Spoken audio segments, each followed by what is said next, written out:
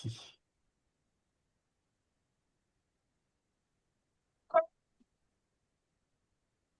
Est-ce que vous Ok. voyez tous le partage? Oui, Oui, là, c'est bon. oui, oui, c'est bon, ouais. Ok, super. Alors, avec l'équipe du bureau, nous avons travaillé à notre vision 2025-2030, puisque quand la société est créée en 2017, la vision a été faite jusqu'en 2025. Et donc, il a fallu voilà, se remettre un peu en cause. Et aujourd'hui, notre vision, nous redonnons donc un nouveau souffle à l'association ADRNS, qui veut dire Association des relations Nord-Sud. Et notre ambition, c'est quoi? C'est permettre à chacun de devenir la meilleure version de vous-même. C'est une communauté où chaque membre s'accomplit personnellement tout d'abord, tout en contribuant collectivement euh, dans son travail, dans le lieu où il habite et bien entendu dans son pays d'origine ou en Afrique si c'est là où il veut en tout cas intervenir. Et donc en tout cas nous poussons à l'excellence dans votre métier, quel que soit votre projet, avec les réseaux que nous avons, les formations que nous pouvons offrir et les opportunités que vous pouvez rencontrer avec les différentes réalisations que nous pouvons avoir au sein de notre association. Nous vous accompagnons lorsque vous voulez agir dans votre commune comme un citoyen actif pour avoir un impact, une visibilité et puis aussi développer votre leadership. Et enfin, c'est un appel à chacun, c'est un peu aussi le coup de ce soir, hein, c'est pouvoir impacter sur l'Afrique et son développement au travers de projets d'innovation et l'héritage, bah, c'est ce que on pense tous pouvoir léguer ou laisser pour ceux qui nous suivront. Donc rapidement, l'association ADRNS, hein, les prémices, c'est en 2007 on a eu une première idée de contribution en fait de la diaspora au développement du continent africain avec le Congo-Brazzaville. Et entre 2007 et 2017, on s'est engagé pour certains dans différentes initiatives. On a fait le constat que 10 ans après, qu'il n'y avait pas beaucoup de choses qui avaient évolué. Et c'est là qu'on a eu à cœur, nous, de créer ADRNS pour avoir une vision spécifique que vous allez voir qui est la nôtre pour pouvoir structurer notre engagement entre les relations Nord-Sud. En 2019, on a lancé les Afterworks. Donc là, c'était en fait, ça a été 100 événements, 100 rencontres qui ont été à la fois en physique et en présentiel et en digital.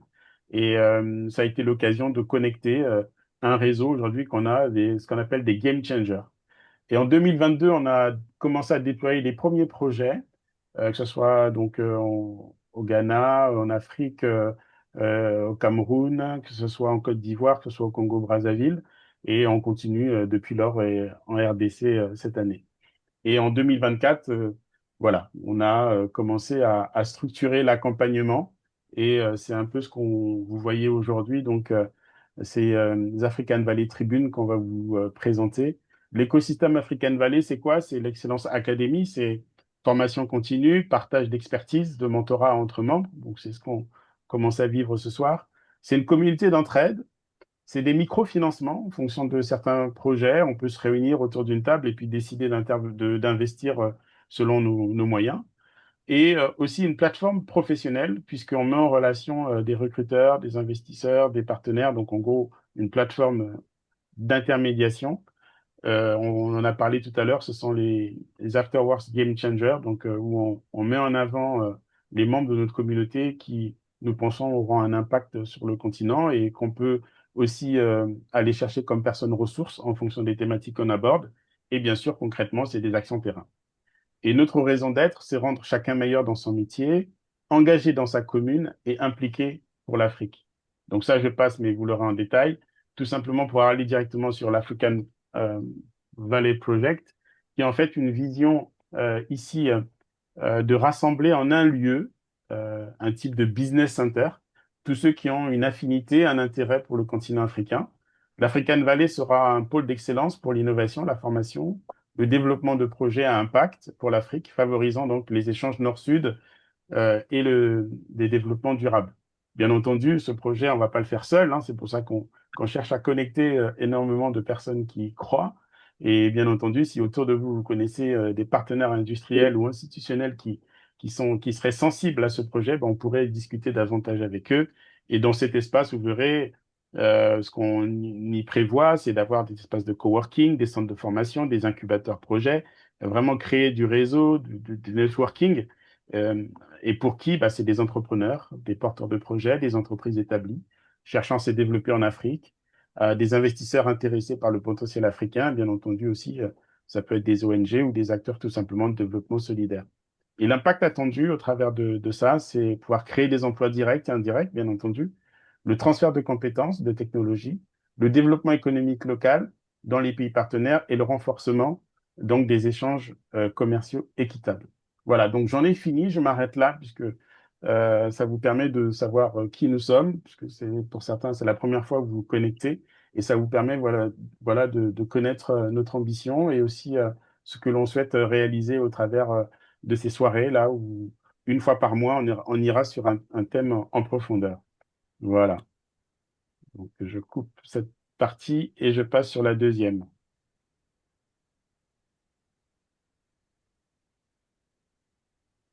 Vous voyez toujours? Oui, Ok, super. Donc, les transferts de fonds de la diaspora africaine et la dépendance à la souveraineté financière. Donc, c'est pour ça que vous êtes tous connectés ce soir, puisque chacun d'entre nous, à un moment donné, on a utilisé Western Union, RIA, MoneyGram et plein d'autres applications aujourd'hui qui vous permettent de ne plus vous déplacer, puisque je pense que comme moi, vous avez certainement installé dans vos smartphones une ou deux ou trois applications qui vous permettent de faire des transferts sur les mobile monnaies directement dans vos pays d'attache hein, en Afrique. Et cette problématique de transfert de fonds de la diaspora a été plus ou moins abordée de différentes manières. Et moi, ce soir, je souhaite vous la présenter d'une façon assez technique, précise, et aussi qui permette l'ouverture pour que chacun d'entre nous puissions peut-être impacter, influencer autour de nous, soit nos pays d'origine, si on connaît bien entendu les responsables, le dirigeant, ou tout simplement en parler à des institutions pour qu'on puisse accompagner davantage les personnes qui souhaiteraient pouvoir développer cette thématique pour leur pays spécifique. Alors, tout d'abord, une vue d'ensemble mondiale des transferts de fonds. Il faut savoir que les transferts de fonds mondiaux atteignent 685 milliards de dollars. Ça, c'est donné Banque mondiale en 2024. Et cela joue un rôle clé dans le financement donc, des économies en développement. Et il faut savoir que dans les 685 milliards au total qui a été donc euh, échangé en 2024, c'est 14%, on va dire 15%, donc la partie verte, qui a été adressée sur le continent africain. Donc ça veut dire que c'est 100 milliards de dollars sur les 685 qui ont été envoyés sur le continent africain.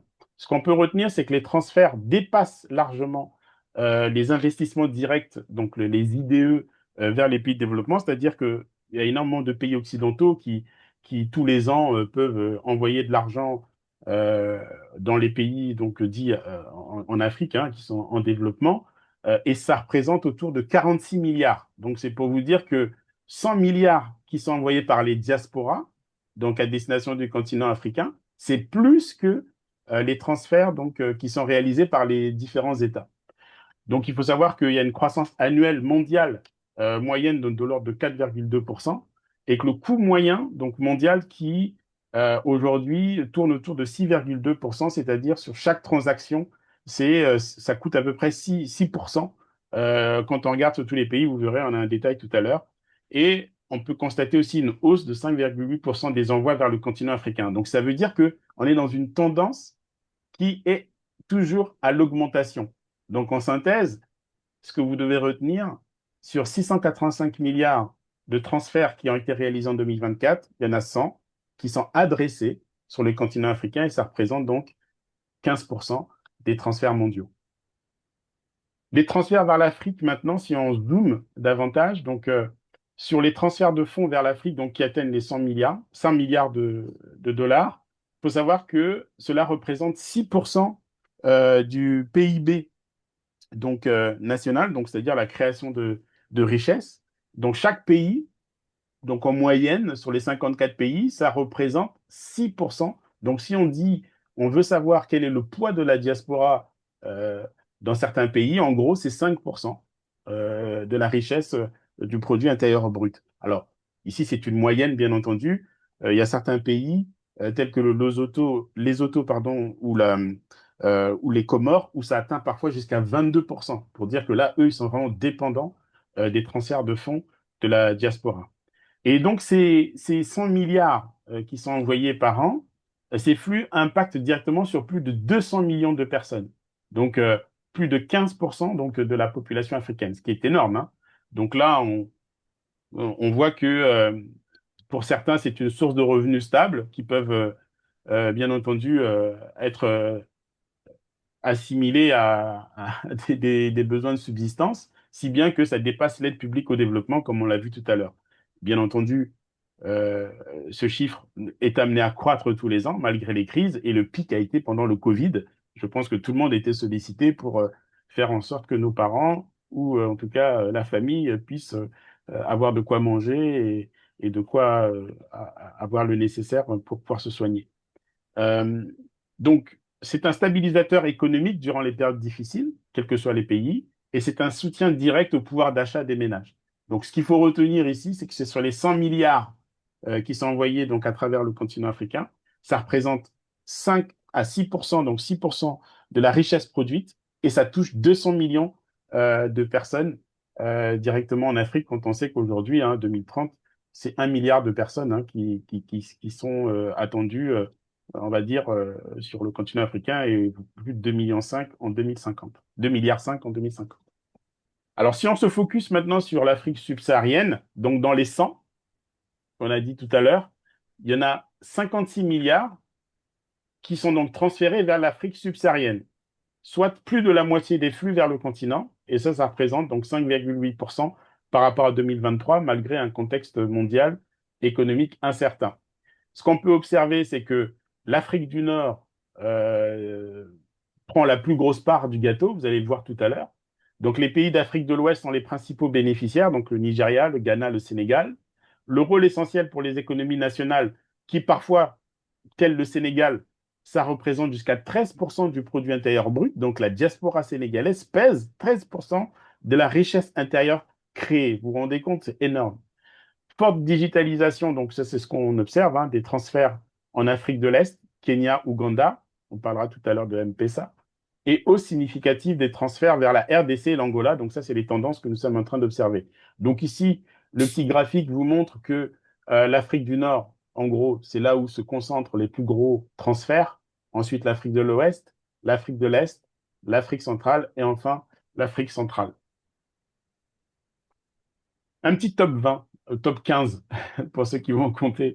Donc, c'est un top 15 ici des pays par ordre de transfert d'importance. Donc là, les transferts de fonds vers l'Afrique sont fortement concentrés sur les trois premiers pays qui sont l'Égypte, le Nigeria et le Maroc.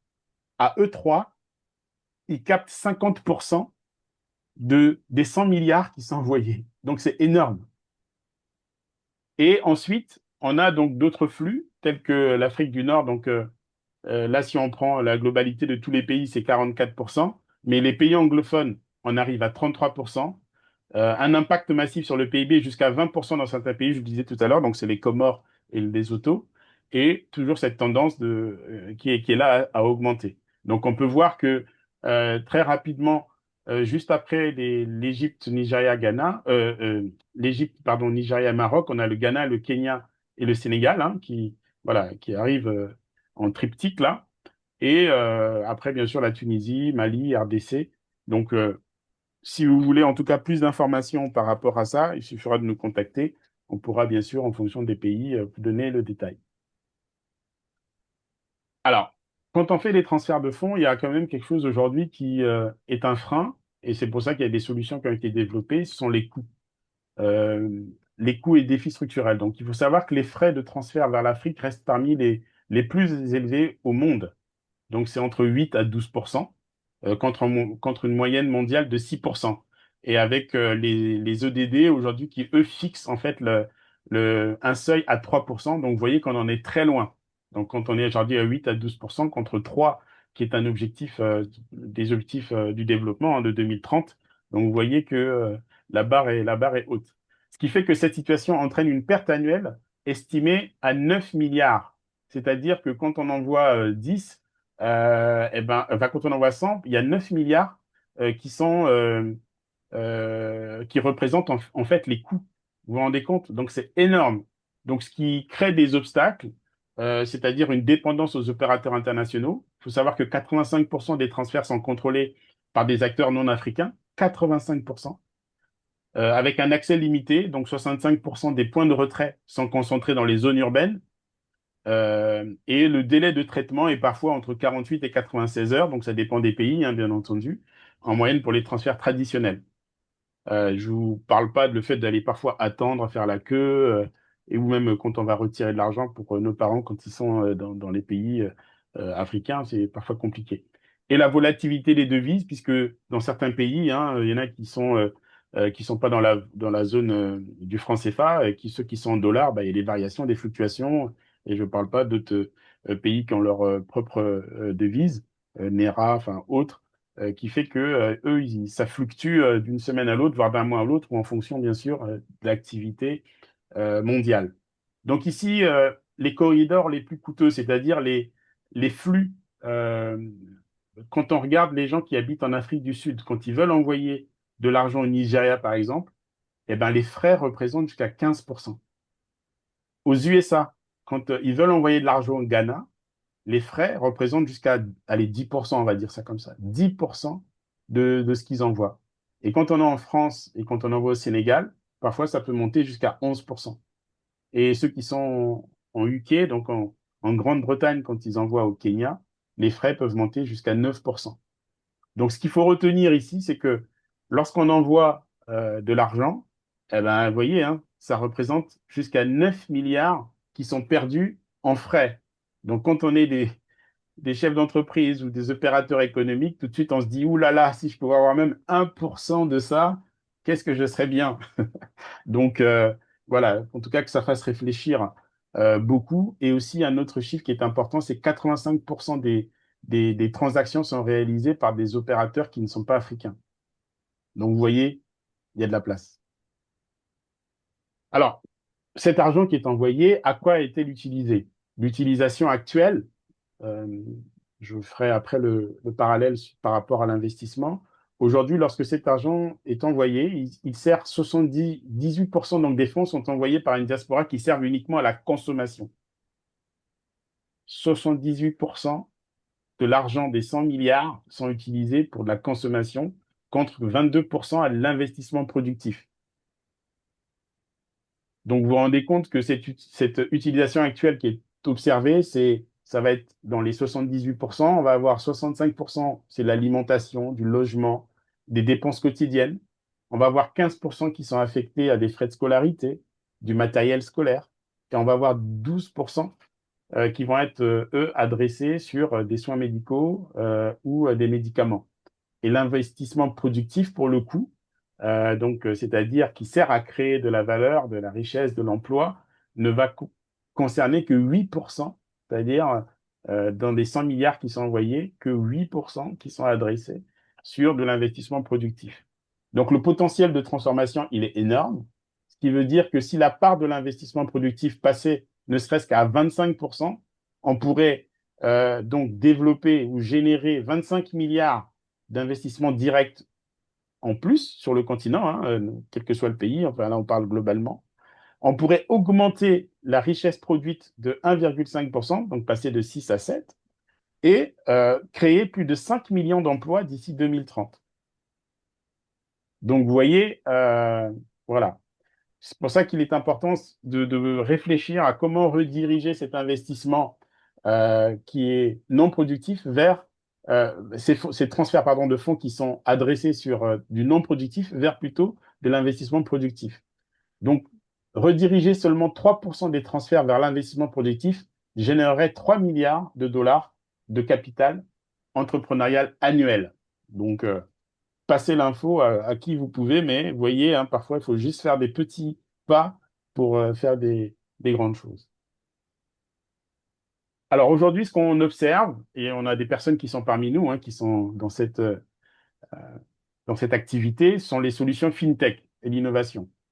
La digitalisation donc, des transferts révolutionne l'écosystème financier africain avec une réduction drastique des coûts. Donc, on l'a vu tout à l'heure, hein, 8 à 12%. Et le fait d'utiliser des solutions aujourd'hui digitales nous amène à réduire sensiblement les coûts de transfert et de transaction. Donc, ces innovations permettent une meilleure inclusion financière et favorisent l'investissement productif local. Alors, on peut identifier ou citer comme innovation majeure, hein, M-Pesa au Kenya.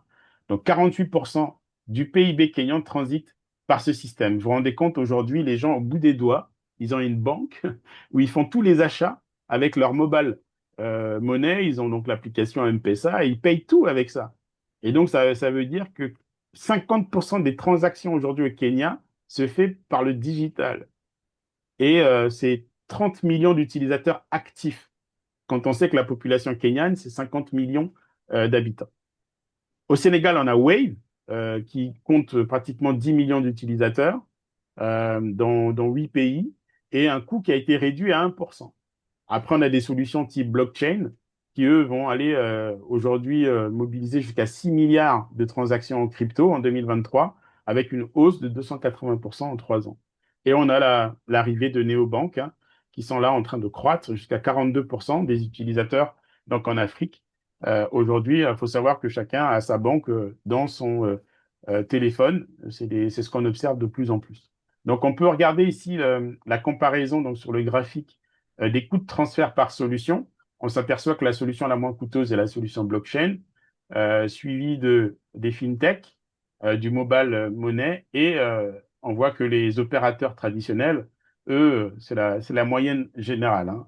Donc, eux sont toujours à des taux de transfert importants.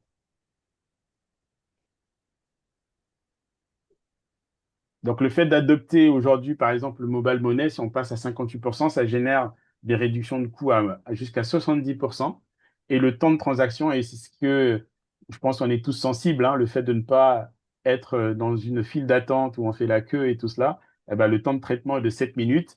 Pour les personnes, ils le reçoivent instantanément et c'est toujours plus agréable. Donc là, il faut savoir que les solutions fintech africaines ont permis d'économiser jusqu'à 3 milliards en frais de transfert en 2024. Et ce n'est que le début. Alors, il peut y avoir aussi des approches disruptives pour le développement durable. Ce sont donc les nouveaux modèles émergents. Donc, pour transformer donc, les transferts de la diaspora en véritable levier de développement durable et d'autonomie financière pour l'Afrique. Pour cela, aujourd'hui, les idées que vous pouvez entendre et que on peut citer, hein, ce sont des fonds d'investissement diaspora qui sont en train de naître. Donc là, ça va être la mobilisation de capital, hein, pour financer des projets à fort impact. Exemple, le Maroc a mis en place un fonds qui a su lever jusqu'à 750 millions d'euros pour pouvoir en fait aller sur des projets productifs. Les obligations de diaspora, donc ça, c'est des choses qui sont en train de voir le jour, surtout au Kenya. Donc, ce sont voilà, des pistes aujourd'hui qui sont mises en avant pour pouvoir en fait mettre en place des titres financiers dédiés aux infrastructures. Donc là, c'est la diaspora qui va décider de dire, bah tiens, je vais investir sur ce titre pour construire telle route, pour construire tel hôpital. Ce sont des projets nationaux qui sont stratégiques. Ensuite, on a des plateformes de cofinancement. Donc là, c'est des mécanismes un pour un avec des partenariats publics-privés qui vont donc multiplier l'impact. Donc là, on a le PSED, qu'on va voir tout à l'heure, qui a au Sénégal donc mis en place une plateforme pour justement adresser la diaspora sénégalaise dans certains pays européens et les encourager en tout cas à investir dans des secteurs bien précis. Et enfin, on a les transferts orientés business, canalisation directe vers l'entrepreneuriat, vers les PME locales. Alors ici, il faut savoir que sur l'approche actuelle, l'impact de l'approche disruptive, c'est-à-dire que on pourrait avoir un effet multiplicateur fois 2,5 avec un potentiel d'investissement qui pourrait augmenter limite par 2, hein, donc on passerait limite de 20 à 40 milliards et avec un potentiel de création d'emplois à plus de 5 millions d'emplois par an.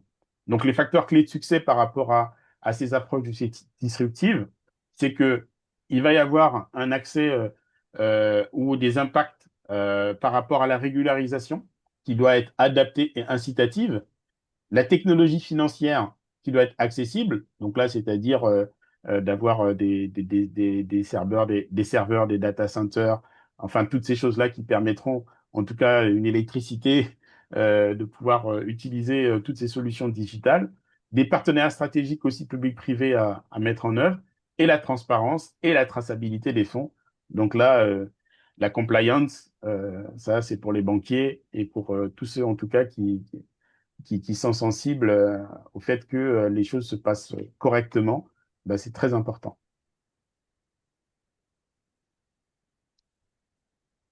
Je voudrais maintenant aborder les stratégies pour la souveraineté financière. Donc, comment faire pour que nos États puissent reconquérir une souveraineté quand on voit que 85% des mécanismes qui sont utilisés pour réaliser des transferts de fonds sont détenus par l'étranger. Eh ben, il y a quatre pistes ici, donc les quatre piliers essentiels pour transformer les transferts de fonds en vecteurs de développement économique et durable. Donc, le premier, c'est bien entendu agir sur la régulation, pardon, favorable. Les sandbox donc réglementaires, donc en fait, ce sont des bacs à sable. Il y a certains pays, il y en a 12, qui ont mis, on va dire, des jeux de test pour permettre à ce que, voilà, il y ait des tests de réalisation qui se font sur les échanges donc financiers pour ensuite peut-être arriver à une régulation, pardon, qui sera favorable. C'est un peu l'équivalent des test and learn à l'américaine, où les Américains, eux, avant de pénétrer un marché, ils testent d'abord, ils regardent, ils font améliorer le produit, et après, la loi vient en fait conforter le business ou l'activité économique. À la différence de la France où on légifère d'abord, on fait d'abord les lois, on fait d'abord des votes au Parlement et après le business y vient. Donc là, ce qui est bien, c'est qu'il y en a 12 pays en Afrique qui sont dans cette dynamique-là pour faire des tests par rapport à comment en fait mieux réguler, en tout cas pour pouvoir recouvrer la souveraineté à ce niveau-là. Bien entendu, il y a l'harmonisation des régulations régionales, puisqu'on sait très bien que dans les différentes régions économiques africaines, aujourd'hui, rien n'est pareil, d'où la ZLECAf, qui est en train de voir le jour, pour justement qu'il puisse y avoir une liberté des circulations, non seulement des personnes, des biens et aussi des monnaies. La protection légale donc des transferts diasporiques et la réduction donc des barrières transfrontalières. Donc dans les 12 pays, bon j'en citerai quelques-uns, hein, c'est le Nigeria, Kenya, Afrique du Sud, Égypte, Sénégal, Maroc, Côte d'Ivoire, Bénin et Rwanda. Ensuite, le deuxième aspect sur lequel les États peuvent intervenir pour recouvrer une souveraineté financière, c'est accompagner, encourager en tout cas les fintechs locales, c'est le développement d'opérateurs africains, donc se trouver des champions nationaux, locaux, pour que ils puissent prendre part à cette manne, hein. L'interopérabilité pardon, des solutions mobiles. Il faut savoir que dans certains pays, vous pouvez pas envoyer de l'argent de MTN vers une autre compagnie téléphonique. Donc voilà, il y a des choses aujourd'hui où on a des fintechs qui justement sont spécialisés sur rendre compatible l'envoi en fait de l'argent d'un téléphone à l'autre. Donc déjà ça, vous voyez, il y a un métier là. Créer des incubateurs spécialisés donc, dans les transferts, voilà, c'est ce que je viens de citer, et aussi accompagner la réduction des coûts de transfert, donc pour atteindre ce que les EDD visent à 3% contre les 9% d'aujourd'hui. Le troisième outil qui peut être utilisé, c'est bien sûr les produits d'investissement. Donc là, ce sont les obligations diaspora pour infrastructure, c'est ce qu'on en parlait tout à l'heure, ce que fait le Kenya, par exemple. Les fonds d'investissement sectoriels, ça peut être des comptes épargne d'investissement défiscalisés ou des plateformes de co-investissement. Donc là, on peut dire qu'il pourrait y avoir une augmentation des flux d'ici 2029 si jamais certains États se mettent ensemble pour pouvoir le réaliser. Et enfin, bien entendu, les partenariats publics-privés. Bon, là, ce sont des mécanismes de garantie des investissements, des systèmes de cofinancement, des plateformes de matchmaking projet diaspora. Donc là, c'est voilà une démarche accompagnée, structurée, et puis un écosystème collaboratif d'impact. Donc après, il y a une trajectoire de souveraineté financière. Donc ça, c'est les conseils que pourrait donner l'African Valley à toute institution ou État. Donc en 2027, de commencer par la réduction des coûts. Ensuite, de trouver des opérateurs africains. Ensuite, d'aller sur l'investissement productif en fonction des différents flux financiers qu'il pourrait y avoir et les flécher. Et enfin, arriver pour certains pays à avoir un système financier autonome et voilà, qui ferait la fierté en tout cas, voilà, certains pays. Alors, on va finir sur ça. Notre préconisation et feuille de route d'ici 2030 pour transformer donc les transferts de fonds en véritables leviers de souveraineté financière et de développement. Donc, nous proposons une stratégie progressive.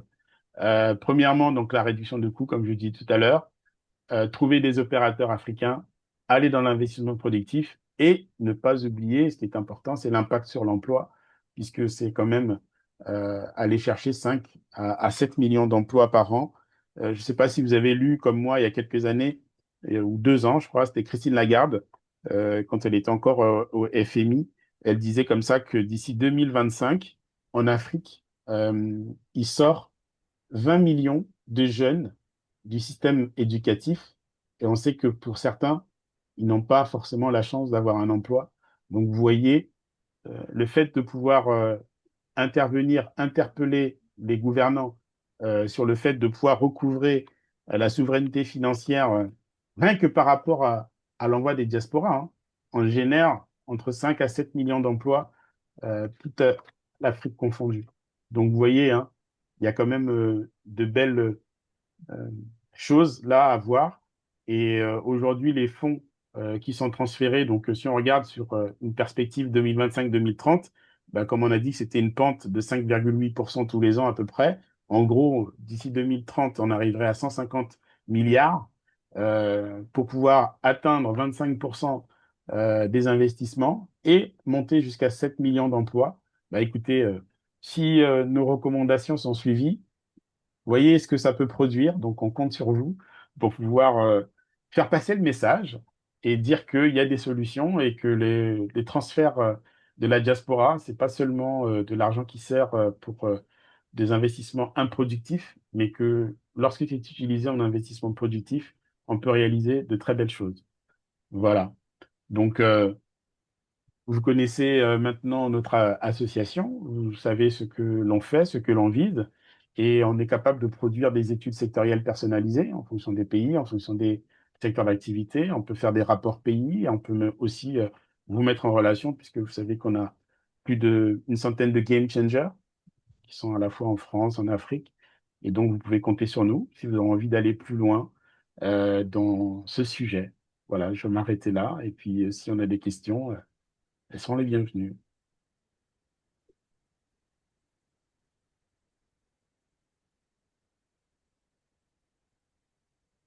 Vous êtes timide? Je vous ai assommé? Non, non, non. Moi j'aurais une question. Bien sûr. Euh, on voit tout le temps comment envoyer de l'argent en Afrique.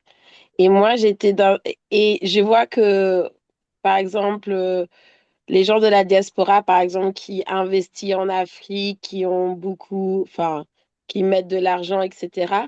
Maintenant, si on veut ramener l'argent de l'Afrique à l'Europe, des fois, c'est quasiment impossible. Est-ce qu'il y a quelque chose dans l'autre sens? Ça, c'est ma question. Alors, Eulalie, je vais te décevoir ce soir parce que je ne veux pas répondre à ta question parce que ça ne fait pas partie du thème du sujet. Néanmoins, Désolée. non, mais c'est un vrai, c'est quelque chose auquel on est confronté quand on fait des investissements, quand on crée, pour ceux qui ont créé Mhm, la chance de créer des entreprises. En effet, le rapatriement des fonds, c'est très compliqué, notamment aujourd'hui mhm, avec tout ce qui a été mis en termes de traçabilité, de conformité. Il y en a besoin, hein. On ne dit pas qu'il n'y en a pas besoin, mais c'est vrai que c'est très, très, très compliqué de rapatrier de l'argent depuis l'Afrique. On a des spécialistes là autour de nous, hein. Je sais qu'il y a M. Richard Ndongo qui est banquier, qui pourrait répondre, mais ce n'est pas le sujet du jour. Mais je pense que ce sera un thème qu'il faudra qu'on aborde pour justement peut-être euh, qu'il y ait comment on trouver appelle une ça? solution. Oui, une solution, parce que là, c'est quoi? C'est une préoccupation. Un entrepreneur cherche des solutions. Donc, je te mets au défi, Eulalie, de trouver une solution pour. faire en sorte, de la même façon qu'on rapatrie aujourd'hui, nous, de l'argent vers l'Afrique avec les fintechs, eh ben, si on peut avoir quelque chose dans l'autre côté, mais qui soit bien sûr sécure, hein, qui soit corporate, enfin, Oui. qui soit, comment on appelle ça, qui respecte compliance, voilà. Qui respecte Mhm. les règles et tout ça, bah écoute, voilà un beau projet. Merci d'avoir posé la question. Non, Et à je dis Mohamed, ça parce oui, vas-y. bah oui, comme d'habitude. Mais je dis ça parce que à la longue, parce que on investit, parce que là, on est dans un mode d'investissement en Afrique. Donc il y a beaucoup de besoins d'envoyer. Voilà. Mais je pense que dans les prochaines années, je pense qu'il y aura aussi un besoin que ça aille dans l'autre sens. Voilà, parce que les gens vont commencer à avoir un retour sur leur investissement. Alors, il y a Voilà. Richard qui demande que tu puisses préciser, parce qu'il pourra prendre la parole, hein, il est banquier, je répète. Donc, lui il dit, est-ce que ta question porte uniquement sur la partie réglementaire ou les limites des plafonds de transfert dans les deux sens, Occident vers Afrique et inversement? Bah, le, quand j'étais confrontée à ça, on m'a dit que tous les pays d'Afrique sont blacklistés, surtout sur la liste noire. On peut rien faire. Donc, voilà. Donc, j'ai pas plus cherché. D'accord, bon, Voilà. je te mettrai en relation avec Richard, parce que c'est, voilà, il connaît bien D'accord. tout ça. Merci. Mohamed, Oui, merci de m'avoir accordé la parole. Merci pour ta présentation. Bon, ma question va dans le sens où durant la présentation, je n'ai pas peut-être noté les secteurs d'activité dans lesquels vous intervenez ou les secteurs d'activité sur lesquels vos projets ont porté. Bon, peut-être que je n'ai pas noté. Et dans le même temps, moi, je suis dans le domaine de la technologie. Je suis ingénieur des développements web. Je voudrais m'orienter dans le domaine de l'innovation technologique. Vu que c'est quelque chose qui pourrait intéresser la technologie, quelles solutions prévoyez-vous qu'on pourrait mettre en place euh, pour pouvoir pallier à ces genres de problèmes-là et résoudre ça en termes de d'innovation fintech? Est-ce que vous me comprenez? complètement. Je ferai intervenir Voilà. quelqu'un sur le sujet. Alors, pour les projets concrètement que ADRNS a portés, je vais donner la parole à Léo Kedi et à Madame Ndala, Karine, pour qu'elles vous donnent un exemple. Salle de cinéma, enfin salle d'événementiel à Angoyo, et Karine, le projet actuellement Sud Kivu, voilà, en trois mots, hein, pour expliquer à Mohamed ce qu'on fait. Léo Kedi, tu veux bien commencer, s'il te plaît? Oui, Et tout à puis fait. peut-être Ghana aussi, Merci. comme ça t'enchaînes. Oui, merci Dimitri, hein, déjà pour la présentation. Mais sinon, en ce qui concerne les projets que African Valley a déjà financé, qui a vraiment fonctionné, c'est le projet cinéma. Pour tout vous dire, moi, j'accompagne, enfin, je suis responsable d'une association qui accompagne des jeunes au Congo-Brazzaville. Et ces jeunes, ils avaient un projet de pouvoir avoir un lieu. Mais excusez-moi, je vais prendre un peu d'eau.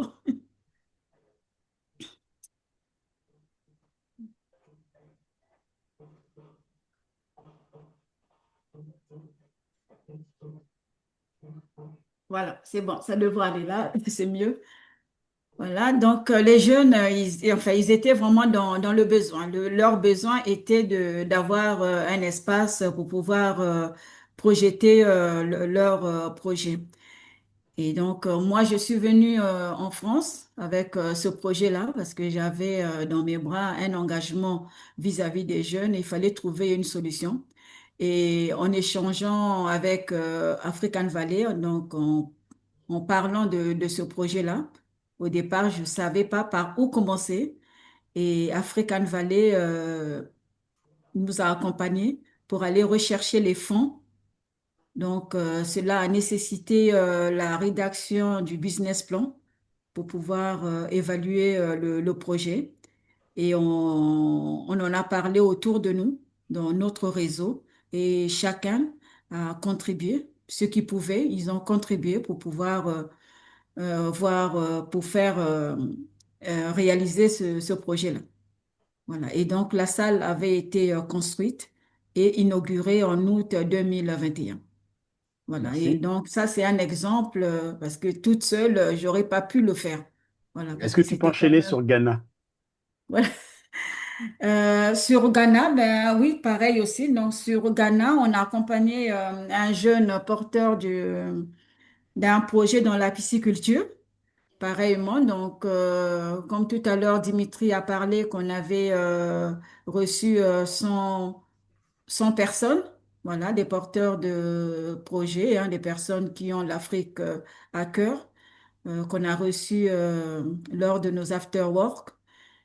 Et à la centième, à la centième événement, on a, comment je peux dire ça, on a élu 5 projets. Et parmi ces 5 projets-là, il y avait ce projet du Ghana qui était sorti parmi les projets coup de cœur et que nous avons accompagné. Là aussi, pareillement, on a préparé le business plan et on a sollicité les membres de notre réseau pour pouvoir contribuer à la réalisation de ce projet dans la pisciculture.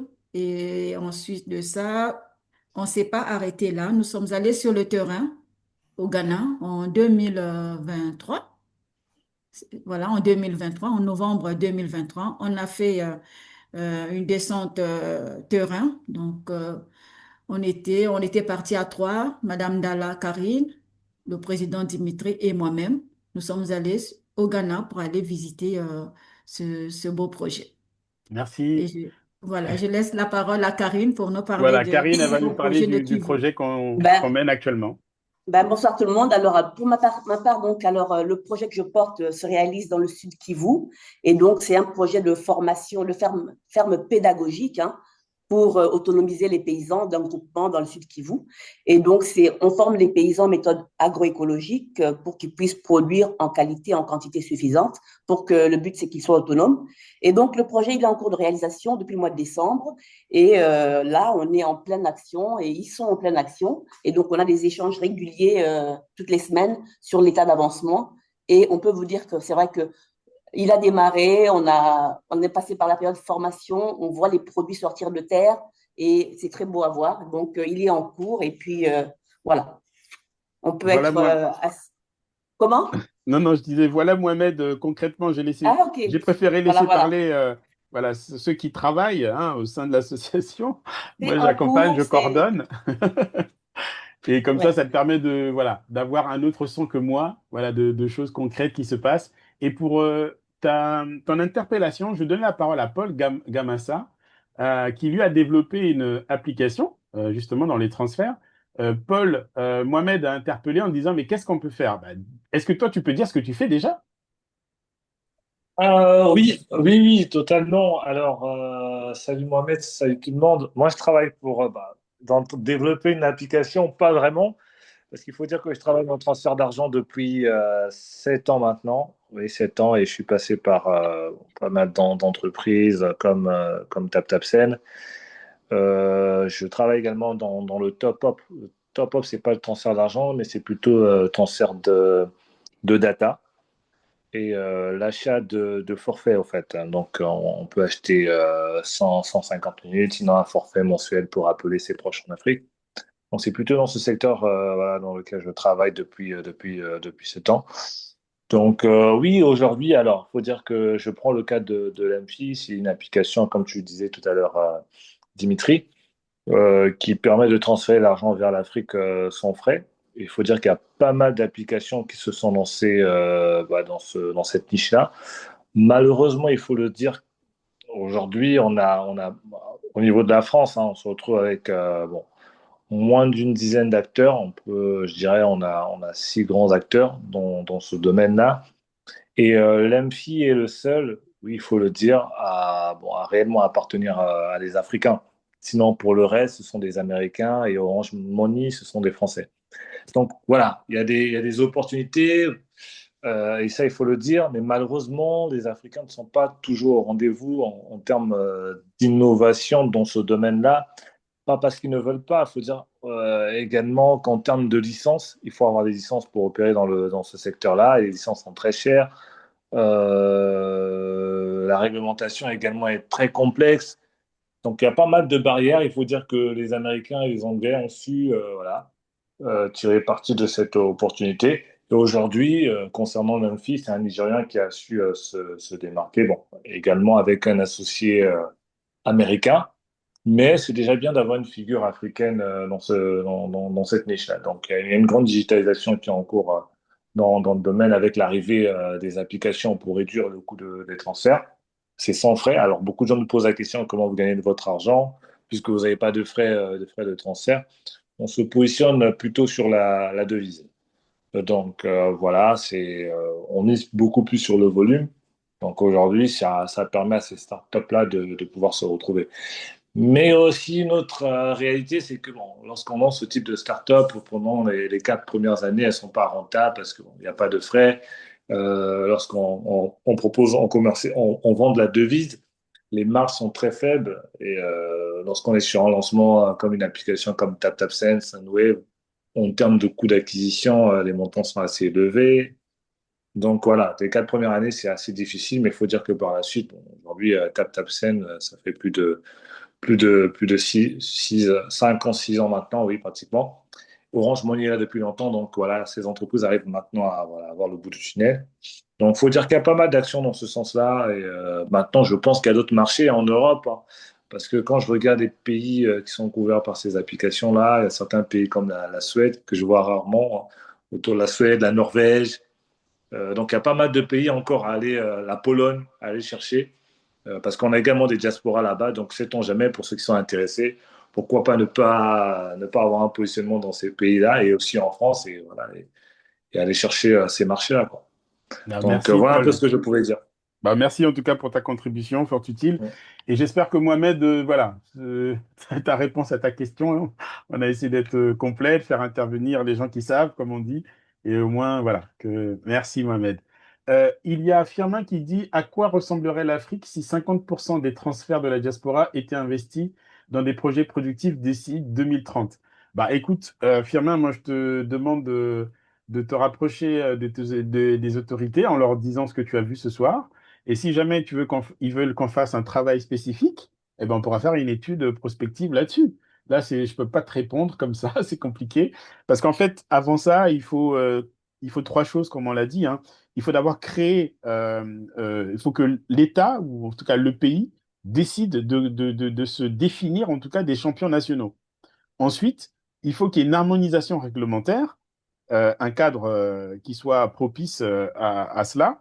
Et il faut des infrastructures financières pour pouvoir le réaliser. Mais c'est possible, mais ça dépend en tout cas aussi des personnes qui tiennent les manettes, hein, pour pouvoir justement faire une étude bien précise et leur montrer en tout cas qu'est-ce que ça peut générer en termes de création d'emplois, qu'est-ce que ça peut générer en termes de souveraineté, de retrouver des marges de manœuvre bah, pour le pays, pour pouvoir investir, adresser les fonds sur telle ou telle destination ou développement de l'infrastructure.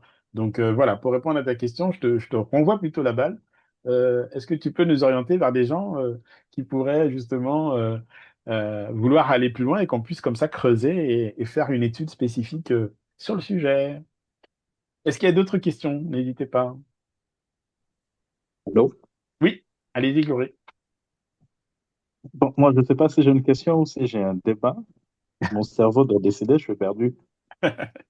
Comme tu veux. En fait, ouais, je crois que nous tous, on est tenus par le besoin de voir l'Afrique se développer. Mais je pense qu'il y a peut-être un problème sur la manière dont on est en train d'approcher, en fait, tout le scénario. Vous voyez? Je disais à mes proches ici, par exemple, s'il arrivait que parce que nos États, au fait, on les attend, ça fait des années. On était des enfants, aujourd'hui on a grandi et les choses n'ont jamais vraiment changé. Demain, certains d'entre nous seront des parents et il n'y aura toujours pas de changement.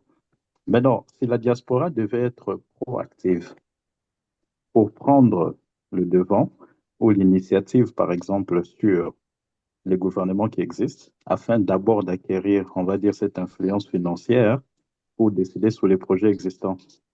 Comment on le ferait? Parce que vous avez quand même énuméré, euh, on va dire, l'argent qui vient de la diaspora et comment elle est dépensée au niveau africain.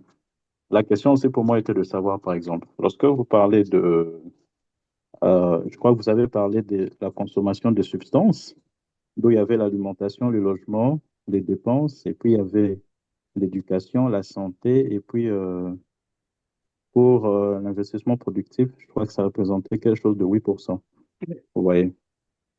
Pourquoi je dis ça? C'est parce que si on doit me parler d'investissement, est-ce qu'il ne faudrait pas d'abord définir une stratégie claire, dans le sens de dire peut-être qu'il n'y aura pas assez d'argent pour investir sur tous les projets, mais qu'on va par exemple se concentrer sur un secteur spécifique où on va capitaliser par exemple sur toute la chaîne de valeur du produit fini, on va dire du produit brut au produit fini. Et à partir de là, l'argent qui sera par exemple généré de ces secteurs nous servira par exemple comme une base même d'études pour savoir comment on va finalement approcher l'investissement dans d'autres secteurs. Le problème que j'ai par exemple avec les microfinances et certains fonds d'investissement, c'est qu'ils n'ont pas les mêmes capacités que les banques. Bizarrement, sur les banques, contrairement à ce que plusieurs personnes ne sachent pas, la banque, c'est la seule institution qui a la capacité de créer la monnaie à partir du crédit. Vous voyez? Et le crédit, par exemple, c'est quelque chose qui est très faible dans nos pays, ben, simplement parce qu'il y a, quand on pose des questions aux banques, mais pourquoi, par exemple, vous ne faites pas des prêts localement? On dit, ben non, il n'y a pas assez d'épargne. Vous voyez? Il n'y a pas assez d'épargne. Alors que lorsque vous regardez, par exemple, si je prends un état financier de la banque, vous avez deux parties, mais dans sa partie où il y a les financements, vous avez une partie equity qui vient des investisseurs, c'est vrai, et puis le reste de financement vient.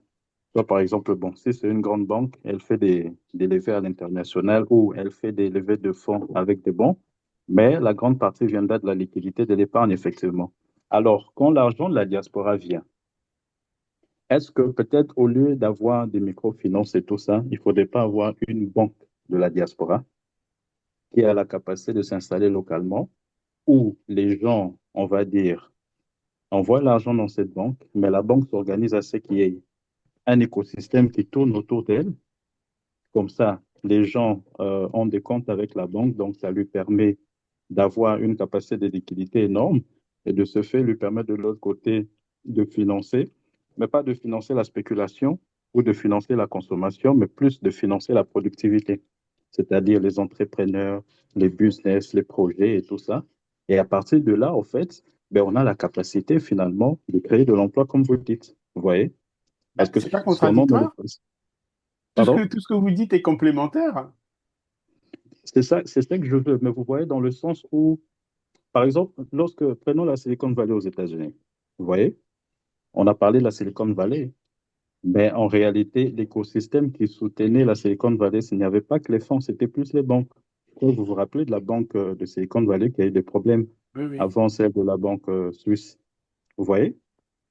Mais en réalité, c'est pourquoi? Parce que dans le financement, c'est vrai que les fonds, ils vont financer, par exemple, bon, en anglais, on appelle ça les CAPEX, Capital Expenditure. Vous financez, on va dire, il faut acheter les machines et tout ce qui Bien reste. sûr. Mais la majorité des fonds d'opération, même pour les entreprises, elles viennent plus des banques. Vous voyez un peu? Parce qu'à tout moment, il faut financer l'activité. Quand la banque n'arrive pas à atteindre ses objectifs financiers, elle doit les couvrir parfois par des emprunts et toutes ces histoires, vous voyez. Mais s'il n'y a pas cette puissance bancaire qui existe pour l'accompagner, je ne pense pas que c'est quelque chose qui sera pris en charge par les microfinances.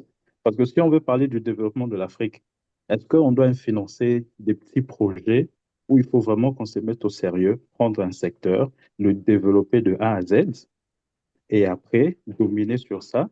À partir de là, maintenant, on aura la capacité d'influencer d'autres activités parce que maintenant, on a l'argent et on a la capacité de produire.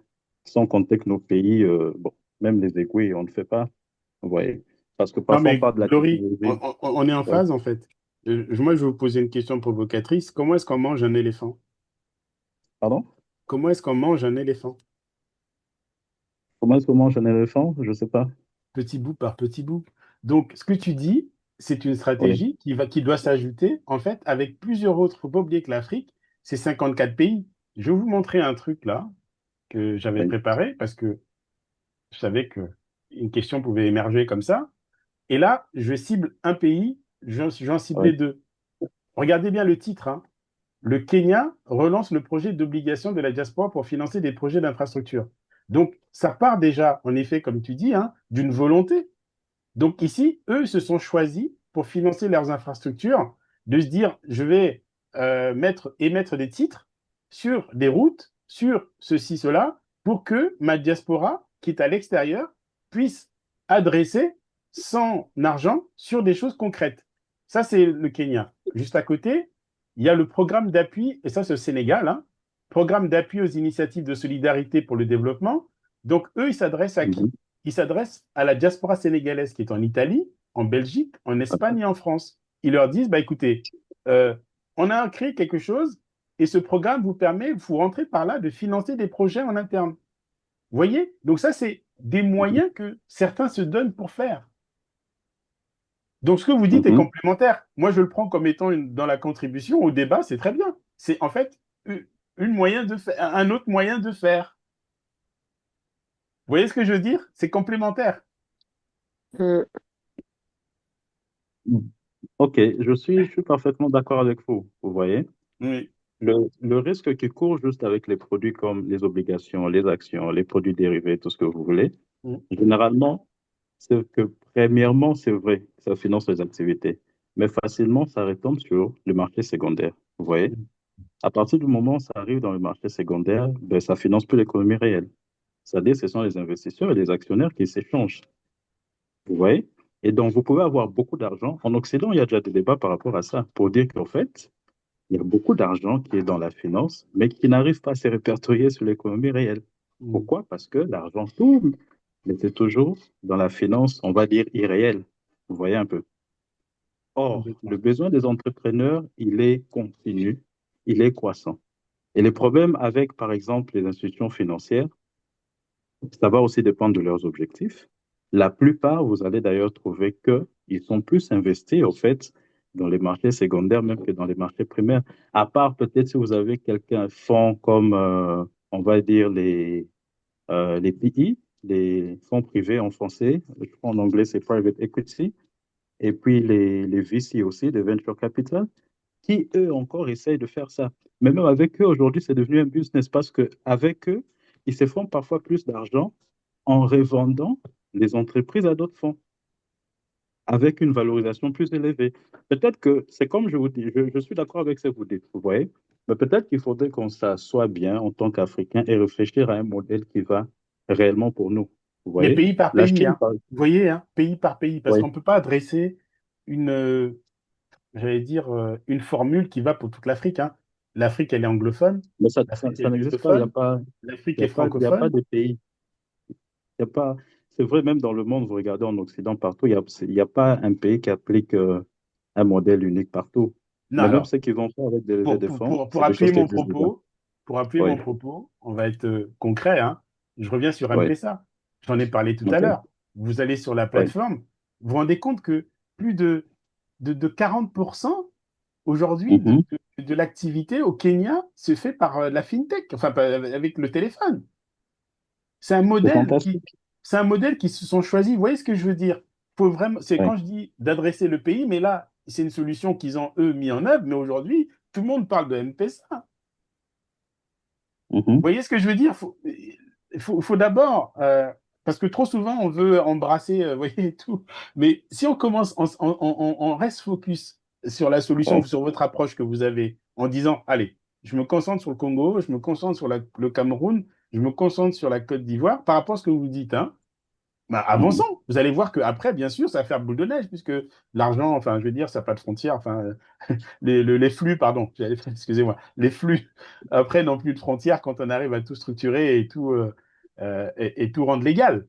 Donc, Mhm. au contraire. Mais c'est un sujet, au contraire, moi, je prends ça comme une contribution et vous êtes bienvenus, en tout cas, pour enrichir ce débat.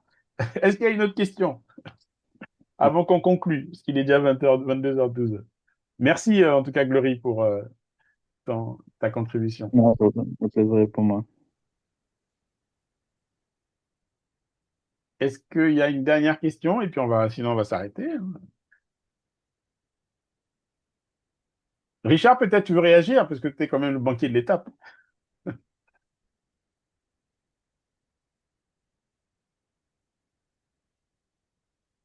Monsieur Ndongo.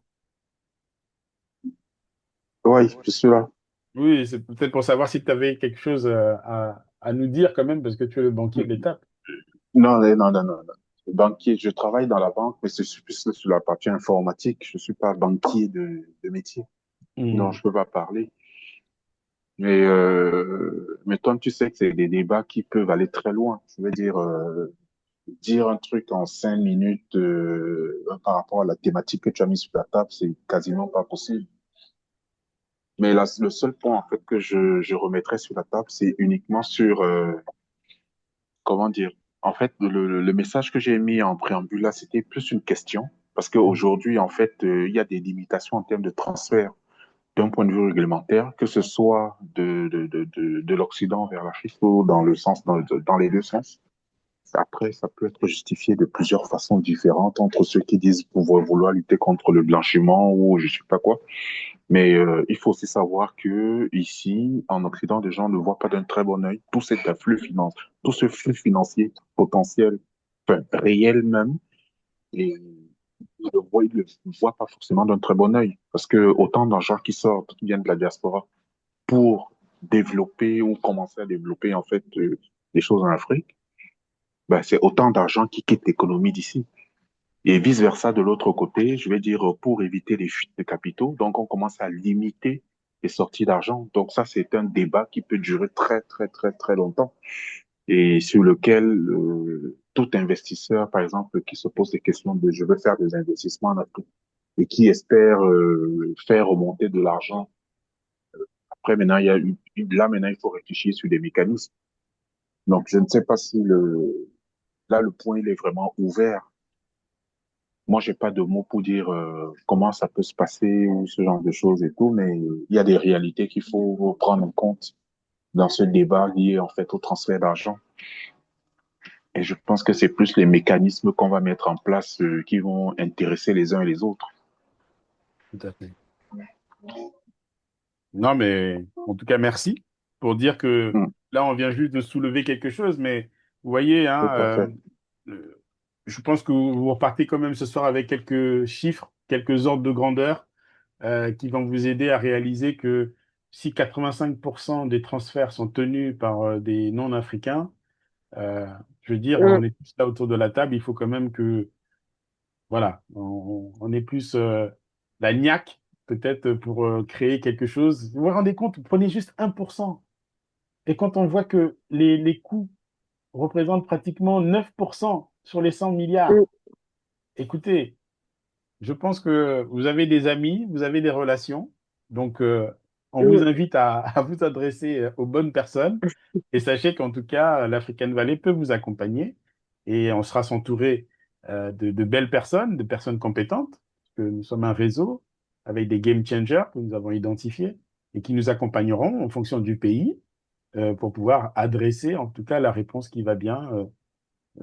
Comme je dis toujours, mon pays d'abord, mais l'Afrique avant tout. Voilà.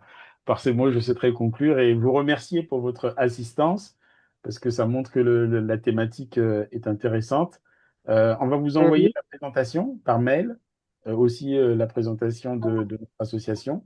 Et puis, n'hésitez pas, en tout cas, voilà, à faire connaître nos activités. Et puis, le mois prochain, on aura une autre thématique. Suivez simplement les réseaux et vous verrez, on ira voilà, avec des éléments aussi importants et puis avec aussi la volonté de proposer quelque chose. Et puis, en tout cas, voilà, si à un moment donné c'est retenu, c'est pris par quelqu'un, ben, on sera prêt à accompagner en tout cas, la démarche. Merci à tous. Merci beaucoup, Dimitri. Merci beaucoup, Au revoir, bonne Dimitri, pour Au la soirée. revoir. présentation. Bonne Bonne soirée. soirée. Au Allez, revoir. merci. Soirée.